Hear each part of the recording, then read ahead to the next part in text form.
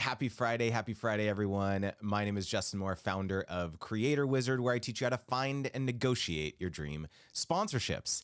Today, we're going to be talking about overcoming your audience's objections to sponsorships.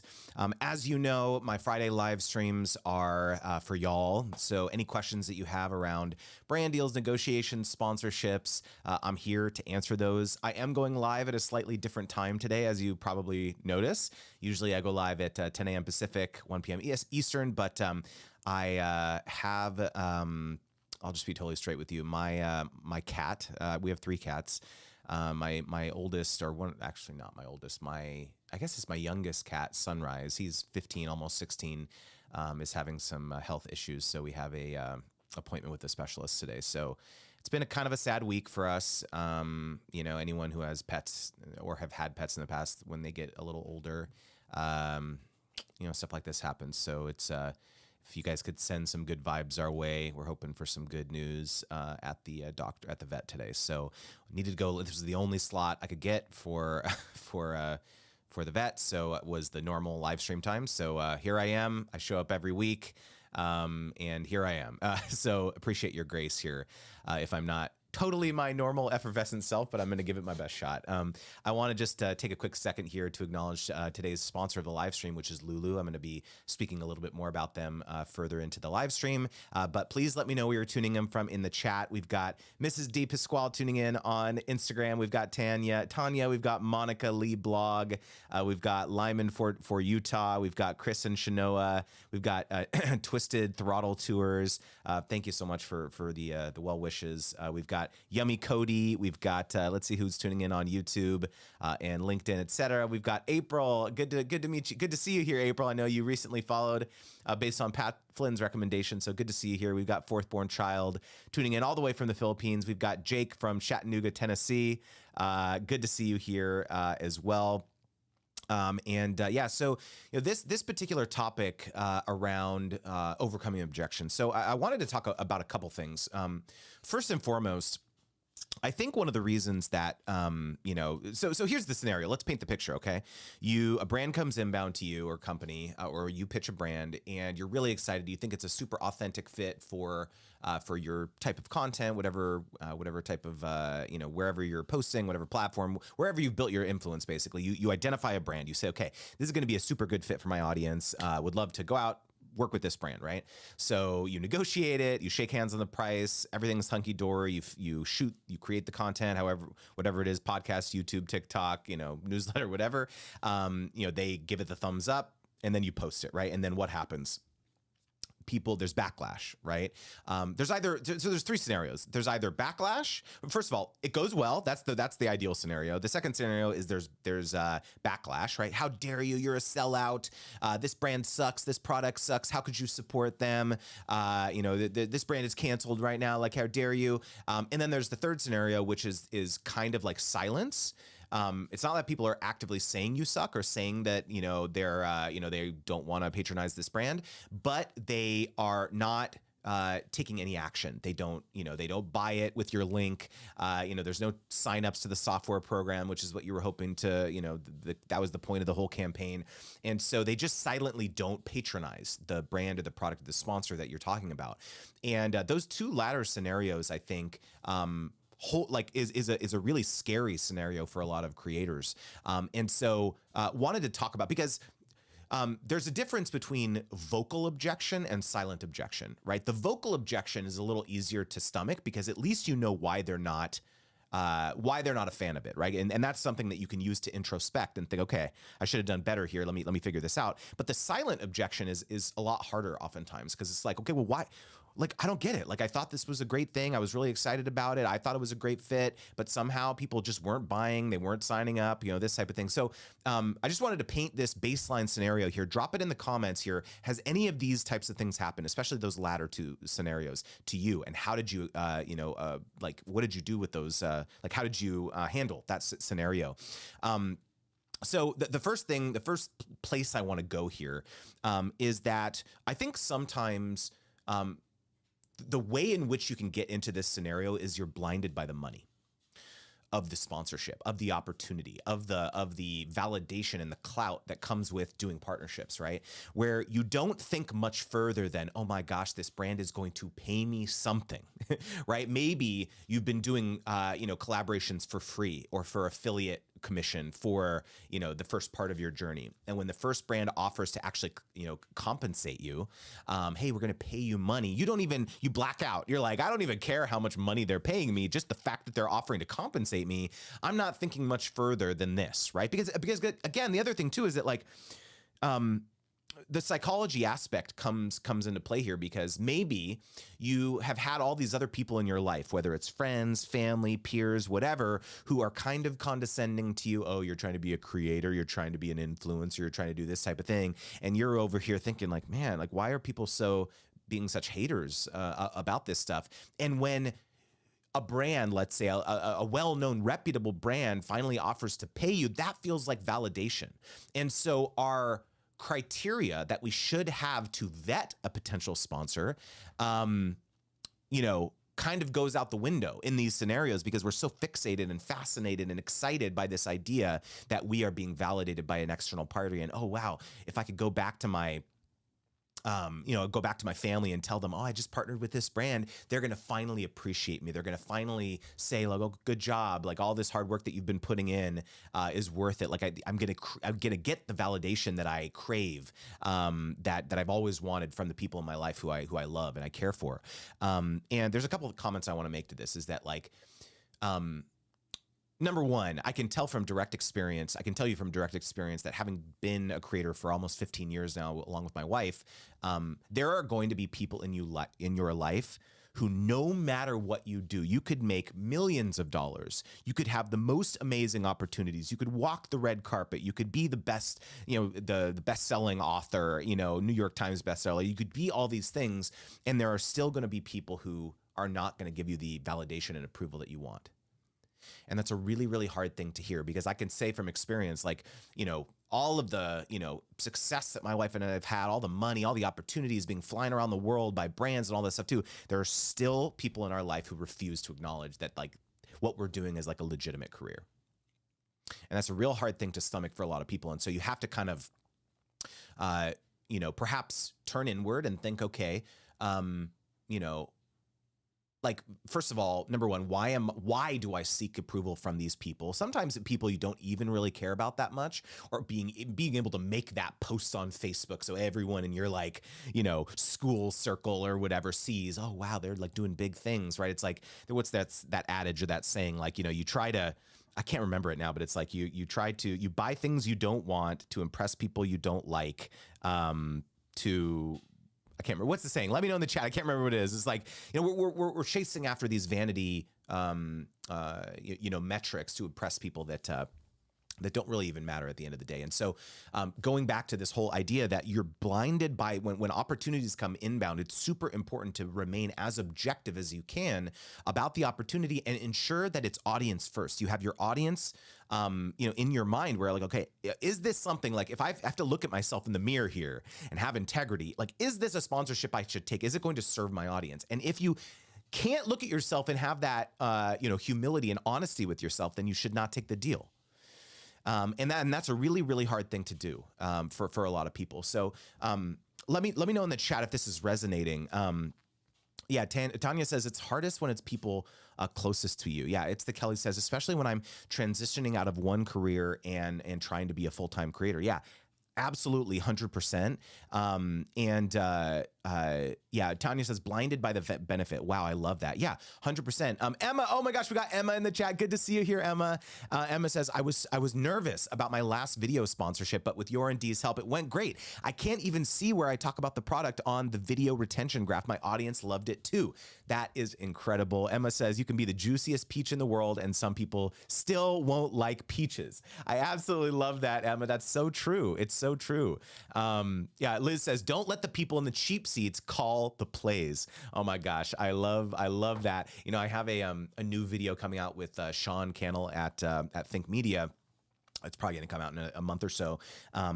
We did a sponsorship coaching call talking all about Think Media's sponsorship strategy. I'm really excited to put that one out. But he said he was talking about this kind of topic of like, haters of like, people could say, oh, Think Media's fallen off. They only get this many average views or whatever. And he's like, yeah, well, they don't understand like the back catalog of content. We're doing 7-8 million views a month because a lot of our content is evergreen. And so he said something like, it was a total mic drop moment. He was like, yeah, I see you in the comments, but I never see you at the bank. And it was like, oh, mic drop, like this, everything, like cha-ching, applause, right? It was really funny. So I can't wait to put that video out because, Sean drops a lot of, he's super vulnerable in that video. So really looking forward to putting that one out.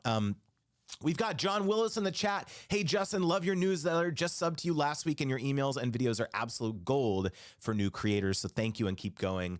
John, thank you so much, man. Really awesome to have you part of this community, and thanks for the kind words. Glad to have you here, man. All right, so on this subject, again, of overcoming your audience's objections to sponsorships, I want to talk a little bit about consumer psychology when it comes to when it comes to overcoming objections in a sales environment. So think about yourself when you are trying to decide to purchase any product, right?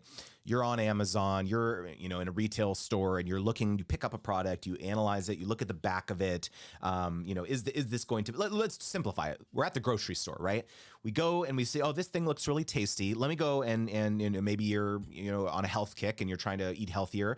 You turn it over and you look at the nutritional facts, and you're looking at, what are you looking at? You're looking at caloric content, you're looking at the sugar content, you're looking at carbohydrates, you're looking at salt, you're looking at, the various things related to whatever your diet is, and trying to assess, is this going to work for me? Is this going to, if it's protein, is it going to keep me full?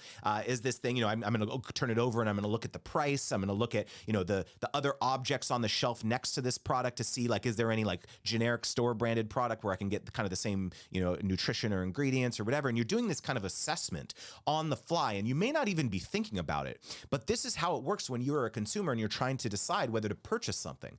And you absolutely need to have this same frame of reference when you are doing sponsorships as a creator, because you have to put yourself in your audience's shoes. When they are presented with this opportunity to patronize a brand or a product or a service, they're doing this same assessment. They're thinking, okay, Justin, this person that I trust, the parallel here is like, right? It's a brand name that you trust in the grocery store. Oh yeah, I like, Kraft Foods. Like I like their other mac and cheese for my kids or whatever. Oh, they have this new salad dressing. Let me check that out. It's like a stamp of approval. So it's the same thing when you're a creator, that, they trust you. You've helped them in other ways before. And so they're gonna give it an honest assessment when they see you talking about this new brand or this new product, right? But you have to understand, they're not going to just take your word for it. They're going to do their own research. They're going to do their own evaluation. They're going to open the website. They're going to look at it. Oh, does it? Have I heard of this brand before? Have I tried this product before? The price is it? Do I have this problem? That's the other thing you also have to understand is like not everyone in your audience is going to have a problem that could potentially be solved by this brand or this product that you're talking about. So it's unrealistic to expect that like everyone in your audience is going to want this thing. And so your goal should not be to appeal to like every single person in your audience. It's like to call out like the people who have this specific problem and be objective about that and understand that like, okay, there may be some people who I'm going to exclude in the way in which I talk about this and the features and the benefits and all that stuff. But that's okay because I'm speaking to the people that have this problem. And so this exercise where you take the creative brief that the brand gives you and you say, okay, here's all the things that they want me to talk about, but here is like kind of the surface area of facts that I know about my audience. Hopefully you've done I've talked about this before in past videos, hopefully you've done some psychographic research into your audience to understand the types of problems that they have, the jobs that they have, are they married, do they have kids, like what's keeping them up at night. You understand this because you've already done this exercise, and you hold up and you compare these two things and you say, okay, here's the creative brief that the brand is telling me, and here's everything I know about my audience. And if there is a gap between those two things where it's like, okay, the brand wants me to say this, but I know, given what I know about my audience, I know that they're going to have a couple more questions that aren't covered by the brief. And so prior to you actually creating that content, you have to actually go back to the brand and have that conversation and say, hey, given everything I know about my audience, I think they're going to specifically ask these three questions. Number one, Are you comfortable with me, saying, here's the things that I'm planning on saying? Are you cool with that? Kind of get the, the thumbs up on that. And ensure that, there may be some education that's needed to the brand, because either they have never had any, first of all, they probably have never had this conversation with a creator before. A creator has never gone to so far as to say like, hey, thanks for the brief, but I actually think you're missing a few things. So number one, that's going to be a huge check in your book that, you're ensuring that this partnership, you're setting yourself up for success for this partnership. And a lot of creators aren't willing to go that distance, because remember, most creators are blinded by the money, given what we talked about earlier, right? And so the second aspect here is that you are going to allow the brand to provide feedback on the best way to approach that point. So, in all fairness, if the brand is compensating you, they should have some level of feedback into how you bring this partnership to life. One of the things I talk about in my Brand Deal Wizard program is step 4 is the concept phase. And a lot of brands do not ask you for a concept, but as a professional creator, one of the things I teach is that you actually should be delivering a concept to a brand, even if they're not asking you for one. And so this is the phase, this is the step in my sponsorship wheel that you need to have this conversation. And so you allow the brand, feedback on that concept and say, okay, yes, we understand that you want to talk about this thing, even though that wasn't in the brief. But here, can you focus on like these aspects of it and just try not to say these two things or whatever? And as long as it's like all accurate and it's all truthful and it allows you to accurately address some of your, speculative concerns that your audience are going to have with this partnership, that's totally reasonable. And so, again, and this goes down to, like I've talked about this before, this goes down to, landing page optimization too. So if the brand says, okay, here's the brief and here's the link that we want people to drive to, and you go and you look at that landing page and you're like, I don't think my audience is going to understand this. I don't think that maybe the copy is weird. I think it's too confusing. I don't think that they really are going to understand like what this is. You should be going back to the brand and saying, hey, here's like 3 or 4 changes that I suggest making to this landing page so that this partnership performs better. Right? I did this on a recent partnership where I looked at the landing page and I was like, okay, I'm actually gonna, like, this is a little confusing. I actually think that I need to shoot like a quick 3 to 4 minute video talking about the product. Can you give me, so this is what I did. I said, can you give me a demo account, or sorry, a dummy account that doesn't have my information in it? So let me, I can just share it. So it's a company called Kick, and they have like self-driving bookkeeping software. And so I looked at the landing page and I said, okay, I want to talk about this product, but I think it's only going to make sense if I actually show what it looks like actually do kind of like a screen share of like, okay, here's how you use it, all this stuff, right? And so they provide, and so again, before I did the sponsorship, they provided access to a dummy account. I did this video. We put that video on the landing page. We did a little bit more kind of copy around, how I use the product and all that stuff too. And that was the page that we ultimately drove towards. And so I think that this is like a really important insight, which is that you have to claw back ownership over what you believe your job is as a creator, because it's much more than you think it is. Okay. We've got Connor in the chat here. Great to see you're doing well. Justin was just watching your video with Jay Klaus from November. Yeah, man.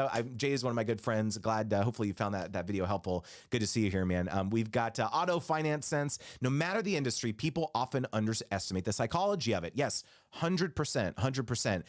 Stuart, we got Stuart Taylor here. He was saying, I have seen so many sponsored pieces for Athletic Greens, Squarespace, and I'm just grateful whenever creators offer a fresh and clever way to display the brand. Better than seeing the same 30-second ad before every video. I mean, yeah, great point, Stuart. I mean, that's the other real big advantage to being creative with your integrations, is that it cuts through the noise, because everyone is used to kind of hearing the same kind of robotic talking points. And if you're able to kind of put a fresh spin on it, like that matters. People can tell the difference there. Remember, I just wanted to note that, remember, these live streams are for y'all. And so shortly I'm going to be answering your questions around sponsorships, negotiations, brand deals, etc. So any questions that you have, please drop it in the chat here. All right. Real quickly, one more thing I want to talk about overcoming objections to sponsorships is that I understand that sometimes it's hard to do this beforehand, or maybe you're just now hearing this advice and you have done some recent partnerships and you didn't survey your audience, you didn't think a little critically enough about how this was going to be received, and now you did receive some negative feedback, or you did receive some comments or DMs or email responses of people giving you objections, like I tried that brand before, it sucked, it didn't work for me, like they sorry, I had to silence my alarm here. And the brand, was not super happy with the outcome of the partnership, and it just wasn't great. First of all, like real quickly, this is what oftentimes actually prevents creators from forging long-term recurring partnerships with brands, because if the initial one doesn't go so well, or they think it doesn't go so well, they're so scared to reach it back out to the partner to say, hey, how'd it go? Because they can't handle it. Their ego cannot handle it if the brand were to say that it didn't go so well. And so if you're in this situation where you've done a deal, you have not asked the brand how it went, and you did receive some neutral or negative feedback on the partnership, you have to understand that you actually can still win in this regard, because you can use those objections to pitch the next idea. So you can say, hey, brand, I just want to be totally transparent here. Here's how I'm evaluating the both quantitative and qualitative, performance of the partnership. And I received actually some feedback from my audience that, they wished I would have addressed this particular thing, in the partnership. And I actually would love to talk about that in another content pulse, next quarter, next month, et cetera. And use that as an opportunity to build and forge that relationship with the brand. And look, a brand worth its salt will understand that a simple one-off, integration oftentimes is not going to drive the needle in the way that it should. I did a recent sponsorship coaching call with Amanda Getz, who's was a founder, a CMO. So she was on the marketing side for many years, and now she's a creator. And one analogy that she gave, which I love, and it's always going to be in my brain now, is that it's the octopus versus the swordfish, right? The octopus is it's going to take, 8 touch points of consumers hearing about your brand and your message to, potentially take an action, versus the swordfish, where it's okay, we got one stab at this. If it doesn't work, we're screwed, right? And that's not really how you have to approach marketing strategies or a marketing campaign. And so it's your job to actually kind of educate the brand about that. And yes, there will be brands who are, myopic, and they don't see the broader picture, and they're just kind of the churn and burn strategy, and they only look at influencer marketing at the very bottom of the funnel of okay, conversion, did they convert on this one integration? No. All right, let's move on to the next person. It's going to be hard to forge longer term partnerships with brands who have that myopia. But again, it's just a super, super critical thing to understand that you have control over a lot of these conversations.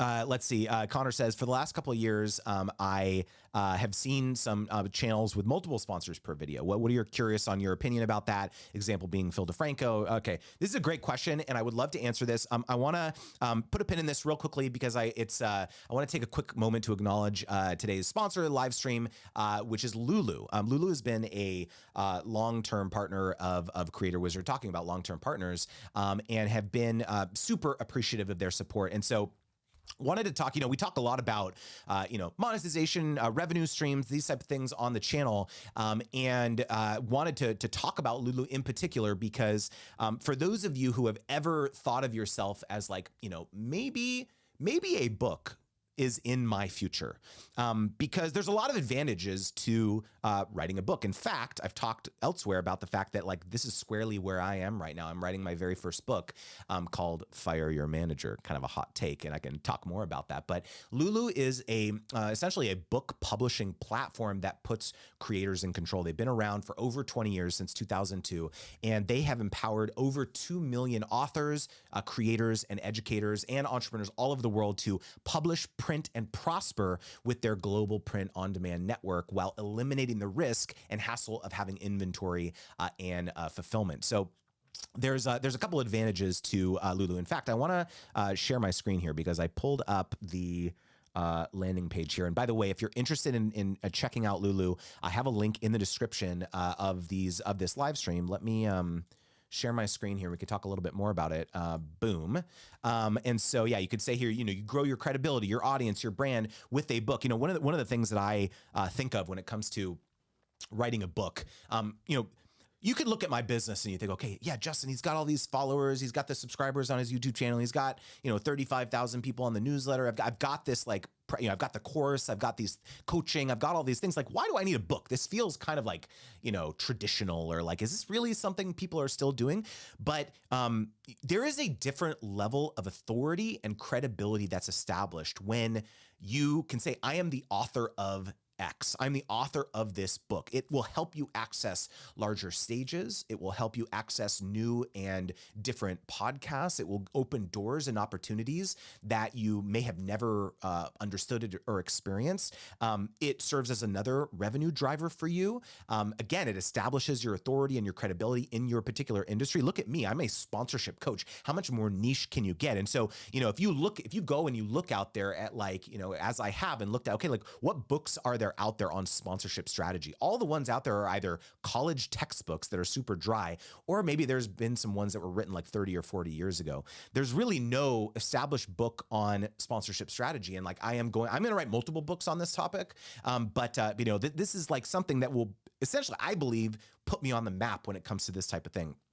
Again, diversify your revenue streams. Reaching kind of a larger audience, right? A global audience. There's like a big difference. Like if you think about, if I look at my business and all of the different entrance points into the way in which you can, collaborate with me, or learn from me, it's my course essentially, which is $1,500 for the on-demand one. The live cohort is $3,000. A one-on-one coaching call is $1,000, and I don't have anything less than that. Like that's the essentially kind of the cheapest thing. And so this next phase of growth for my business and kind of looking towards having a larger impact on people is having something that is $20, $30 like a book in this very hyper-specific niche that is going to kind of be an extended business card for me, where it's like people can learn more about me. And it's honestly, start to finish, you read this book, you're going to learn everything that you need to know. But for the right person, they're going to finish that book and be like, I need to work with Justin. It's not going to be everyone, but it's going to be the right person, right? And so there's so many advantages to using something like Lulu. You can leave kind of a print legacy for yourself. You can sell your book directly on your website. You never have to worry about inventory. You can kind of customize the white label fulfillment, and they have this global print network to service your growing audience around the world. So want to thank Lulu so much for sponsoring this live stream. If you want to check it out, they have this awesome landing page. Speaking about landing pages, it talks about the benefits of self-publishing and doing it direct and all this stuff too. They have some infographics on here. They have a kind of a cool video with like publishing next steps. Again, you can see like they squarely understand the creator space. Books for YouTubers, podcasters, bloggers, like whatever content niche that you're in. Definitely. Oh, there's my friend Darren. He's got his little testimonial he'll show. So anyways, can we give some love for Lulu in the chat? They're so kind because when folks like Lulu support me, they allow me to continue bringing you awesome free live streams and free content like this. So once again, thank you so much to Lulu, and make sure to check them out in the description box. And I'm also going to place their link in the chat here. All right, here, let me put it here. And by the way, let's do some inside baseball here. Like part of the metrics in which I'm tracked for this partnership is how many people are clicking on the links that I have. So, how many people ultimately go and sign up for trial signups of Lulu, and how many people ultimately go through and become, put their book on there and start using Lulu to publish their book and things like that. So, if you appreciate what the things that I do here, that really makes a difference. So, thank you so much for all of y'all support, as well as Lulu. All right. Let's dive back in here. We had some question here we had a question that I want to address from Connor. So he was saying multiple sponsors per video. Okay, so yeah, there has been a rising trend in creators incorporating multiple sponsors per video. So let's talk about some tradition here, or some history. When you look at the medium of a podcast format, It has been normalized for a long time to have multiple sponsors per podcast, right? You can think of some, when you have a 60-minute content format show or a 90-minute content format show, there may be 5-6 ad breaks throughout that podcast sponsorship. They're more kind of traditional ad reads in that way.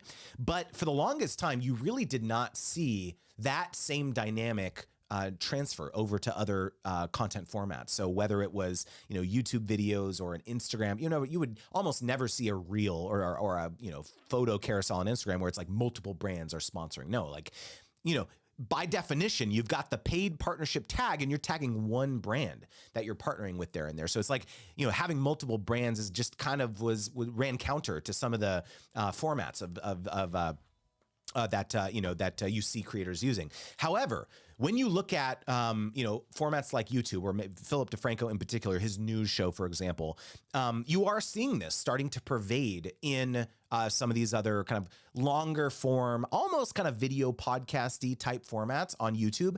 And the reason is that it's the closest parallel that these sponsors see to a podcast.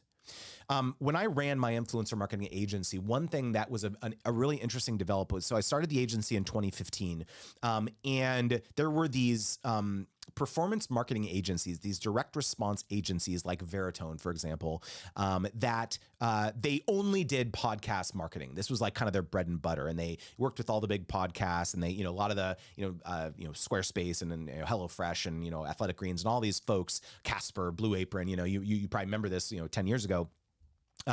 They worked with all those big names, okay? And a really interesting development was that they started looking at YouTube as a very similar mechanism to podcasts. So what they would do, and I actually have a video on my YouTube channel about this topic, about understanding how these types of performance marketing agencies work, is that they have, let's say, $1 million to spend for something like Audible, right? I don't know if you remember how heavy Audible was spending 10 years ago, and it was a lot of money. I can't share exactly, but it was a lot of money per month. Let's just say it was hypothetically $1 million. It was not that, but let's say it was $1 million. You have a spreadsheet here, and there's lots of different agencies that are trying to fill this marketing spend across all sorts of podcasters and all this stuff too. They have a spreadsheet with, let's say, 100 rows, and every row is a publisher, right? We're talking about podcasts here, right? It was a publisher, right? And the way in which the columns, like in these spreadsheets were described, is very much kind of a traditional mindset where it's like, okay, how many impressions is this going to get? With this show, right? It was like a kind of they called it an insertion order, which comes from kind of old media. And so what you found is that these agencies started thinking, okay, well, like actually YouTube is kind of like podcasts. So what if we could go and kind of group these together and we could still sell through to Audible or HelloFresh or whatever, like, hey, we can still make sure that you're getting, X million eyeballs on this every month. But because we're running out of inventory on podcasts, this was part of the problem, is that they didn't have enough quality creators or quality publishers that they could run the ads in podcasts that met the demographics and all this stuff too. So they expanded their reach to something like YouTube. And so they all, probably in the 2017, 2018 timeframe, we started seeing a lot of what are called requests for proposals, or RFPs, go out where they were looking for both podcasts and YouTube creators. And so it started becoming this, the world started to kind of merge. And so fast forward to today, and now it's becoming a lot more normalized to have these video podcasts, especially as you see a lot of these social platforms adopt, or embrace video podcasts as a format. Spotify, there's video on there now. YouTube seems to going definitely full force into this. And so, I think as a creator, there's a balance here, because on the one hand, yeah, it's great to like maximize your ad inventory, but on the other hand, you don't want to like annoy your audience about this. And so there is this kind of balance, and I encourage you to kind of have this conversation, a very transparent conversation with with your audience about this type of thing as well.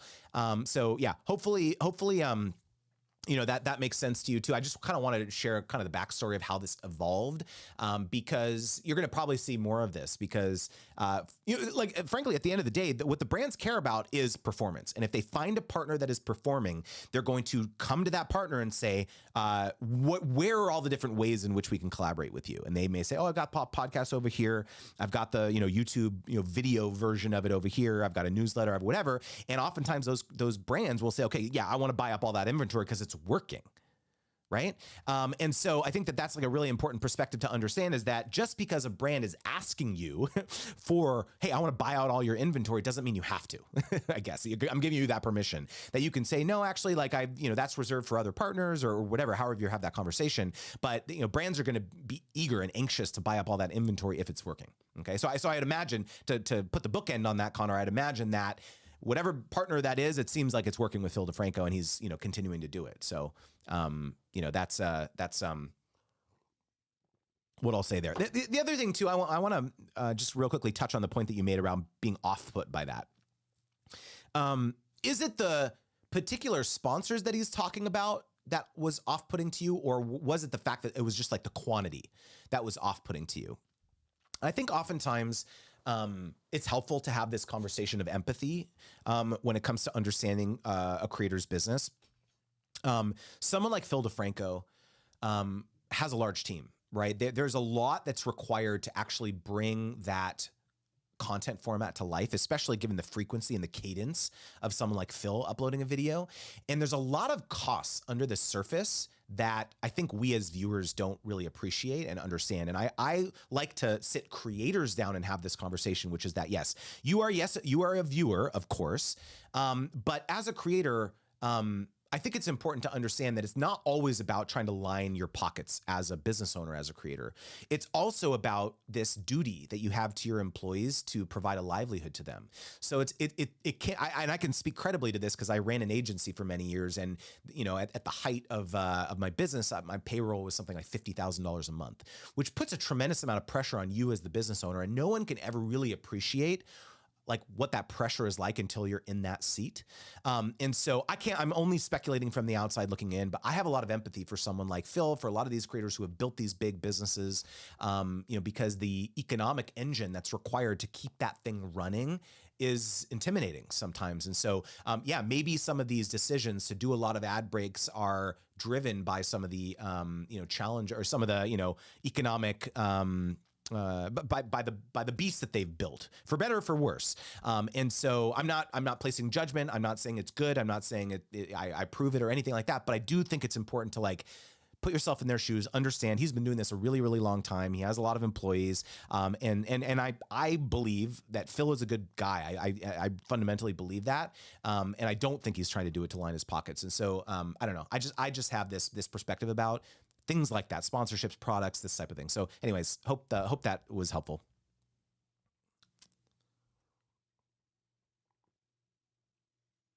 All right. What questions do you got? John Willis says, do you work one-on-one with creators in any way to help them scale, grow, and go full-time? Thanks so much for this question, John. So I do one-on-one coaching. I do not have like a ton of availability. I have like a couple spots a month. I think I'm booked out for January, and I think I have a few spots in February. You can just go to creatorwizard.com/coaching, and you can check out my links there. In fact, let me drop the link here in the chat. Creatorwizard.com/coaching.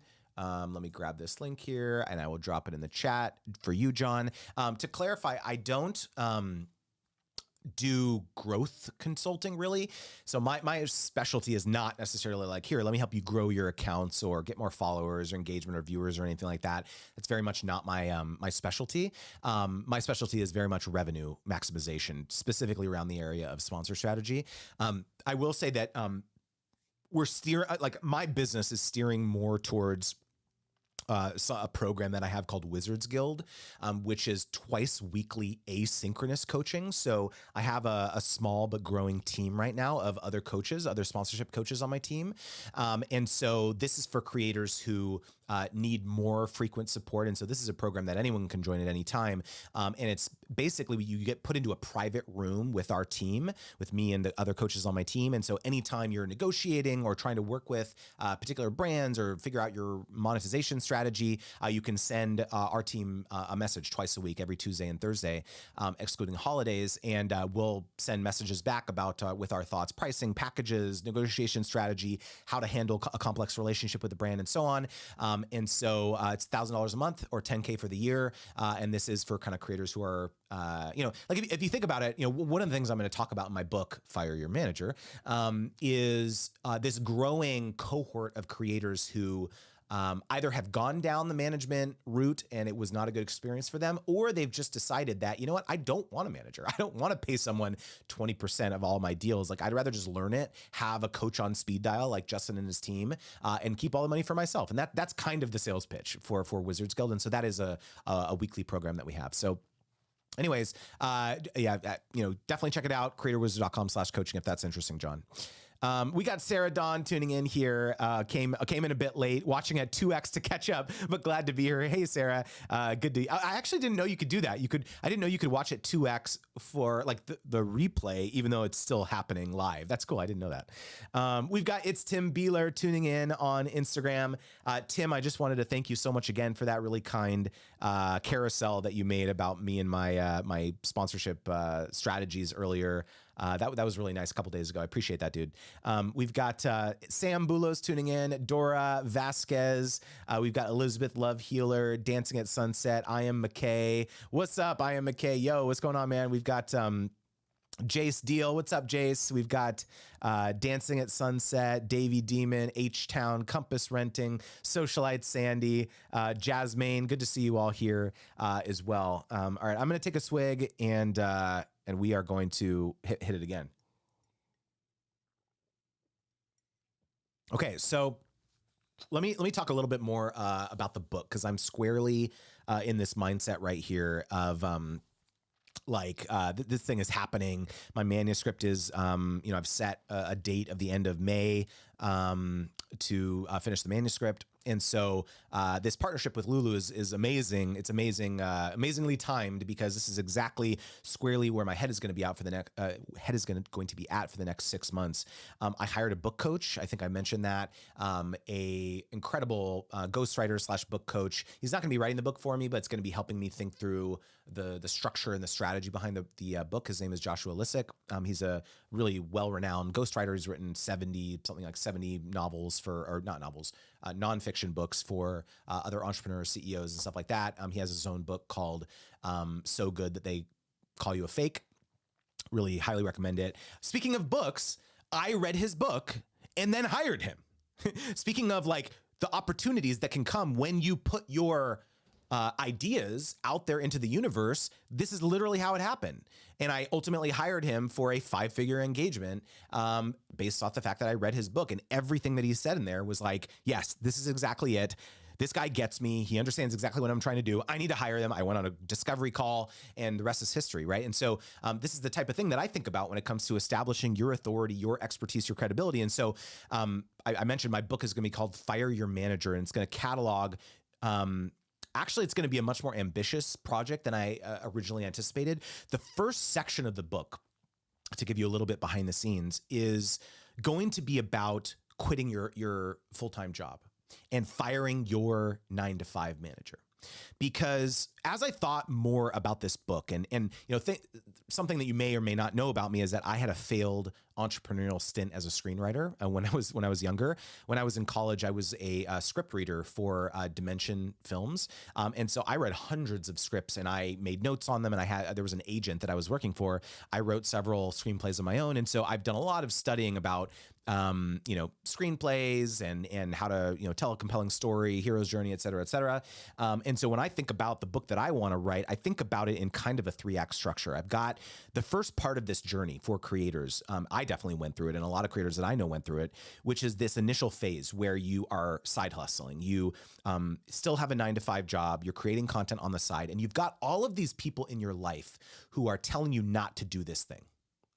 They're telling you, hey, stick with your traditional corporate job. Stick with the safe path. with the health insurance and the security, like, you need to keep being a doctor, you need to stay in med school, or you need to be an attorney, or you need to do whatever it is, whatever you're supposed to do. Like, this is the first phase that I think pretty much every creator goes through. And it's not just your like corporate manager that you need to ultimately have the, guts to fire. It's all of these other people in your life who are in your ear telling you, no, you can't do that. You shouldn't do that. And in my experience, it often boils down to it's a projection of those people's insecurities. It's a projection of all of these other people in society who thinks that you're not supposed to, like, that's not the path that you're supposed to go down, because guess what? If you go down that path and you succeed, that says something about them. That says something about the fact that they couldn't find the confidence to try to live their truth like you are. And so I want to talk about, this in the first portion of the book is how do you find not only the psychological strength to do that, but the tactical strength? Because when my wife and I quit our full-time jobs as creators, it didn't just happen on a lark. We didn't just decide one day to say, oh yeah, we're going to quit. Yeah, we're going to, hopefully it works. We're going to live off ramen. No, we weren't at that point in our life. We didn't want to regress. We didn't want to go back to eating ramen. In fact, like we have a 6-week-old son, right? And so before we had our kids and before we knew that we wanted to grow a family, we said, okay, 3 years prior to that, we said, okay, we need to make this plan. This very specific plan of how much money we need to generate in this growing creator business to be able to have the confidence to go full time. And it wasn't an accident. It took many years. First, my wife quit, right? So we executed the plan. We budgeted. We figured it. We diversified our revenue streams. We grew it, et cetera, et cetera, et cetera. And then my wife quit first. And then it was another like 1.5 to 2 years before I quit, because I kept my job critically for that moment. And so it was this playbook that we ran to be able to go full time and critically have the stability and the confidence that our revenue streams would continue on autopilot. And there wouldn't be this, now that we're like I was making 6 figures in my medical device job as a product manager. Now that this like 6 figures was pulled out of our family's income, medical benefits, all that stuff was okay because we planned for that. And so one of the things I'm going to talk about in the first section of the book is how do you make this transition? How do you not only have the psychological confidence to do that, but the nuts and bolts financial confidence to do it. So, and then basically, so that first section of the book is about firing your 9-to-5 manager as well as all these other people in your life. The second section of the book is going to be about, okay, now that you have, all right, you've kind of landed the plane, so to speak, or maybe a better analogy is like you're at cruising altitude, right? You have quit the full-time job. You are a full-time creator now.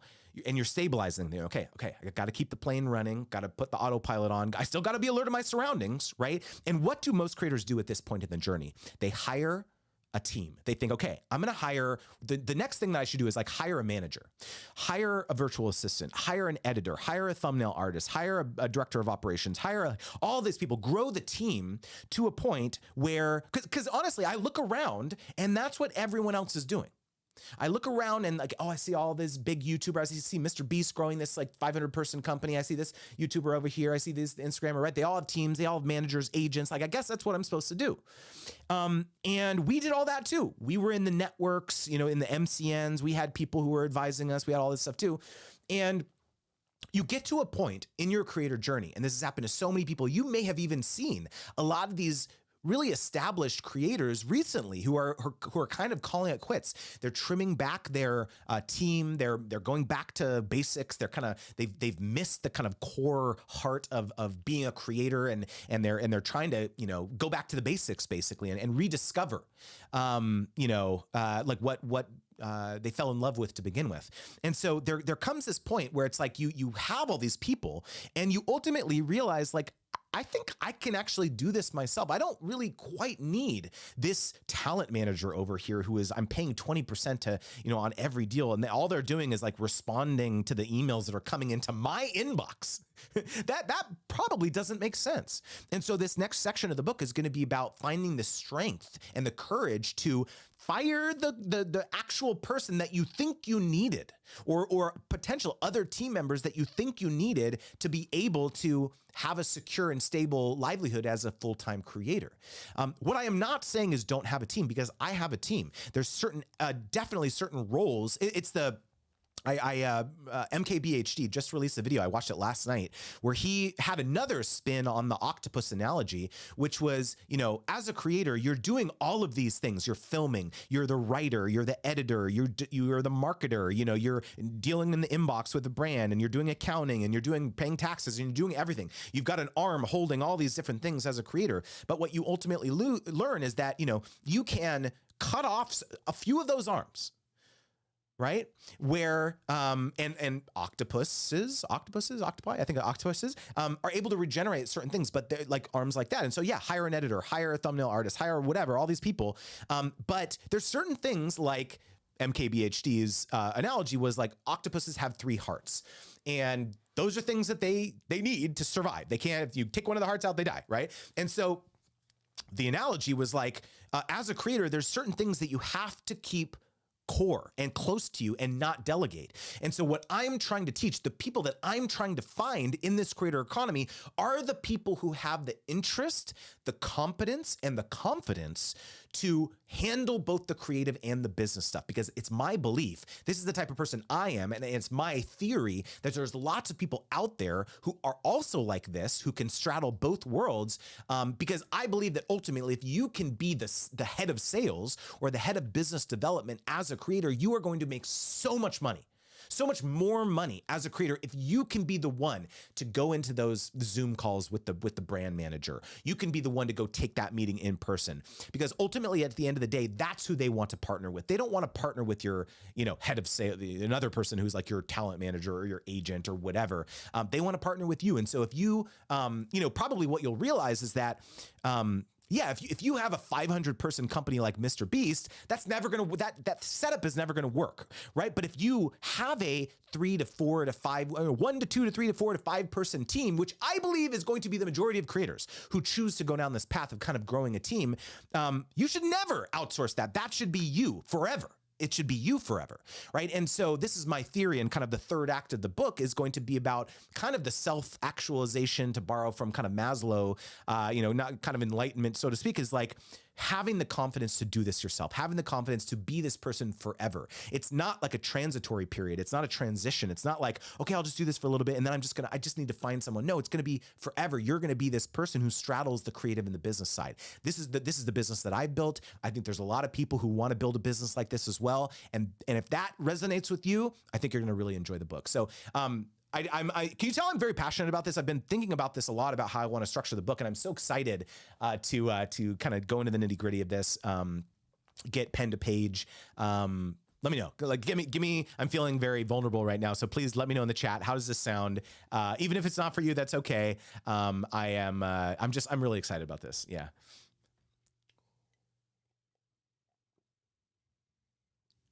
Texas DIY Mama says yes with some hand clap. Thank you. Tanya says, heck yes, so excited for this book. Thank you so much, Tanya. I really appreciate that. The Good Better Beck says love it. Thank you. One of the things that I realize is that I'm hoping that this book, and one thing you'll realize, actually, interestingly, is that this book is not just about sponsorship strategy. I am going to be talking a lot about sponsorship strategy, probably in kind of the second and third acts of the book. But it's not the first. This is the book that I'm feeling called to write as my first book. I am probably down the line going to write a specific book just about sponsorship strategy, but this is the first book. If I never write a book again, I've been thinking so much about this. Like, if I never write another book, this is the book that I want to have written. This is the book that I want to leave the next generation with. It's kind of this call to arms. It's like, you can do this. Like, there may be people in your life who's saying you can't do it, but me, as well as all these other people that I'm going to share in the book, other people's stories, look at all these other people who did it. And it's not just going to be people with like millions of followers. It's going to be people who are, maybe they don't have that large of an audience, but they've been able to build a really great life for themselves because they are kind of the authority in that niche, in that subject matter. And I think that really, that's the message that I want to leave people with, kind of a call to arms, like, you can do it. You don't need anyone's permission. And in fact, like, this is going to be a common theme throughout the book, which is just like, this was a major mistake that my wife and I made throughout our journey, which was that we were always, we felt so alone on this 15-year journey. We were always, we craved a mentor. We craved someone who could put their hand on us, on our shoulder, and say, here's what you should do. Here's the direction that you should go down with your business. And because we were kind of on the bleeding edge of being full-time creators, there was honestly at the end, when I quit, my wife quit in 2012, I quit in 2014. We did not know anyone who was doing that. And there was a very, very small amount of people that were doing it that we tangentially knew, like on the internet, on YouTube. No one else was doing it. It's more common now, but back then we were clueless. We made every mistake in the book and absolutely craved like someone to just say, do this. Here's the decision that you should make. You should do this. And there was never anyone that could do that for us. And because when you're in a corporate job, a 9 to 5, and you have a manager or a boss, or let's say you're a freelancer and you have clients or whatever, there's basically always someone telling you what to do. Here's the project, here's the initiative, here's what you need to do to, get a promotion or advance in your career, do this X, Y, Z. There's like a playbook. But when you work for yourself, when you are a business owner, there's no playbook. There's no one there telling you. You're the only person. There's no one saying, oh, here's the milestones that you need to hear. Here's the goals, revenue milestones or impact milestones that you need to have in your business. There's no one it's you. You have to be the one to create those milestones for yourself. And so that is a really hard thing to do. And so I'm really hoping that this book can provide some guidance on how to create those milestones for yourself, because otherwise it's going to be, it's going to feel kind of like a ship without a rudder. You're doing the thing, but you feel kind of directionless. And I think that that's why you're seeing a lot of these, big time creators pull back, retire, come back off the platform, or just kind of go back to basics, because they were kind of directionless when it comes to both their personal fulfillment and their strategy for the business that they were building, because there wasn't really a strategy. It was just like, I'm going to do this thing because I think that's what you're supposed to do. I can speak kind of vulnerably about this, because when I ran my agency, this was me. I thought that like building the $50 million like startup agency and then selling it, like having all these employees, 50 employees, like all that stuff, like that's the dream. That's the goal. And what I ultimately found, and this was really tough, was that I found myself living for everyone else 24 hours a day, where I was so immersed in ensuring that they got their paychecks every 2 weeks, and ensuring that they were all progressing in their professional journey. And I was being a good manager and stimulating their career growth, and all the things. I enjoyed that part of it. But what I found is that I lost myself in that. I lost myself in the things that I really ultimately loved and were important to me. It was like I was living my life for someone else for years. I ran the agency for 5 years before I had to let everyone go. And that was really, really humbling and a really tough. I went through a really dark period when that agency failed, and I had to ultimately shut it down. And I ultimately learned that, as I've been building Creator Wizard very slowly and intentionally, that's not the path that I want in my life. Like, scaling this giant startup and making lots and lots of money that's not the path for me. The path for me is having a small core team who I really love working with every day, but I am prioritizing my own fulfillment and happiness, while at the same time working with awesome people. And I'm not going to make I'm not going to have the $50 million exit, but maybe I'll make, a good chunk of change every year. And I feel as though this is kind of my Eeka Guy, right? It's like the intersection of the Venn diagram of like all the what the market needs, what I'm good at, what I love, the Eeka Guy. If you don't know it, look it up. But I feel like that's me. And so I can live that. I can live my truth in that way and not have this gigantic monstrosity of a business that, is this huge ship that I can't steer. I went on this random tangent, but it's like, I feel like a lot of creators need to hear this, that there's another path. There's another door that you can go down, where you don't build the giant team and you maybe have just a small core group of people and you're just happy. You're happy at the level that it's at. And that's the book that I want to write. So hopefully this resonates with some of y'all. This is kind of what's in my heart, and I really want to get this to the page, and provide an alternate, path for people. So, anyways, Elizabeth Love Healer says, awesome. I like being guided in business. I've been an entrepreneur since 2013, and I keep pulling back Thanks for sharing, Elizabeth. Yeah. Good Better Beck says, I love this narrative. Michaela says, I love your business model about being content creators. Tanya says, thank you for sharing, Justin. Of course, minimalist home, please. I'm in Creator Wizard. You deliver. I'm so excited about this book. That's so kind of you. Thank you so much. Thank you guys. Thank you so much. This really means a lot to me. It feels very, I don't know. I'm getting a little emotional. Sorry. It's been a hard, 15 years,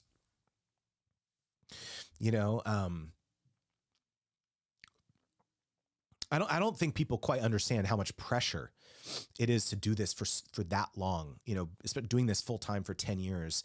There's so much that you can't share as a business owner of things that go on behind the scenes.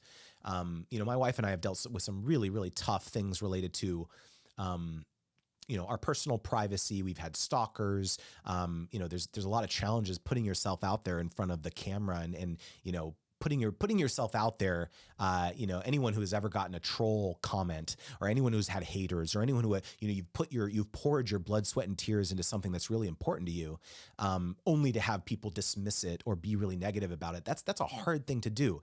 And so for any of you who are here, who have the confidence to put yourself out there and put yourself on the line, know that you are the 1% of the 1%. The vast, vast majority of people will never have the confidence to do what we all do.